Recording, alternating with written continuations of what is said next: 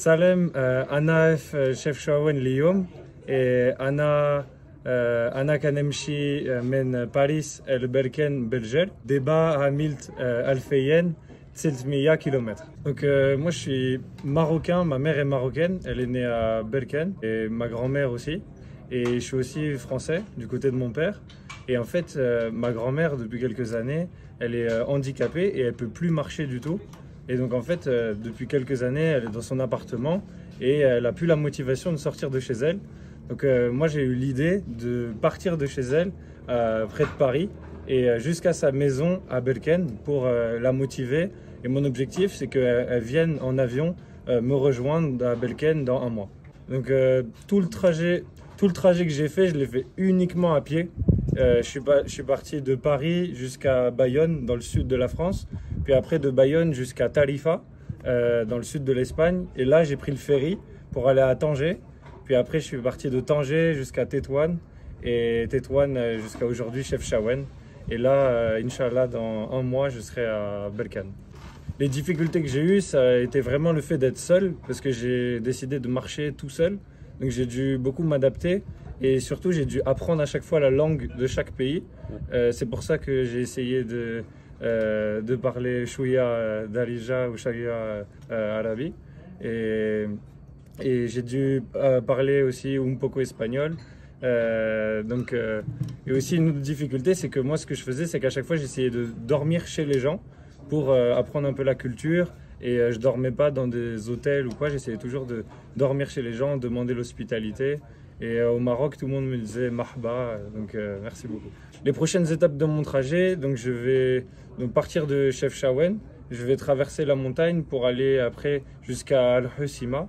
Et après, je vais longer jusqu'à Nador et jusqu'à Seydia et Berkane.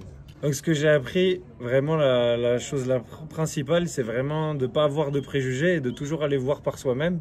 Et par exemple, ça m'est arrivé d'aller dans certains pays et de me dire que je les connaissais, mais pas du tout. En fait, pour moi, si je dois retenir une chose, c'est pour connaître un endroit, il faut avoir marché dans cet endroit.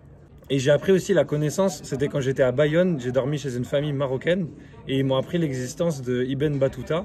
Et ça m'a beaucoup inspiré parce que je fais une partie du même trajet que lui. Et c'est quelqu'un forcément qui m'inspire et je pense fortement à lui. Et il a par exemple un aéroport à Tanger qui a son nom, donc j'ai pensé à lui pendant tout le trajet aussi. Et un projet que j'ai en tête, c'est forcément de parcourir le Maroc à pied, parce que là je vais parcourir uniquement la partie nord, mais j'ai vraiment envie de parcourir le sud, tout le Maroc, le centre, et pour connaître vraiment le pays le pays de ma mère. L'une des meilleures anecdotes, c'était entre Tétouan et Chefchaouen. J'ai dormi chez un monsieur qui s'appelle Ahmed à Bni Moussa. Et en fait, j'étais sur la nationale, sur la route, et je cherchais un hébergement. Et là, il m'a dit Salem, je lui ai dit la baisse, et je lui ai juste raconté un peu mon histoire. Il m'a dit mahba, et après, on est allé dans un café, et après, il m'a dit viens à la maison, et on a mangé un tagine avec des sardines. Et après, il m'a fait le thé. C'était vraiment trop bien. Et là, je suis parti ce matin de chez Ahmed. Alors moi, j'ai toujours eu un attachement particulier au Maroc parce que forcément, j'ai 50% de mon sang qui est marocain. Donc aussi, je suis très attaché à l'équipe de foot du Maroc. Et forcément, j'ai toujours eu envie de revenir là où ma mère a vécu, ma grand-mère a vécu. Et pour moi, c'était normal de revenir à Berkane.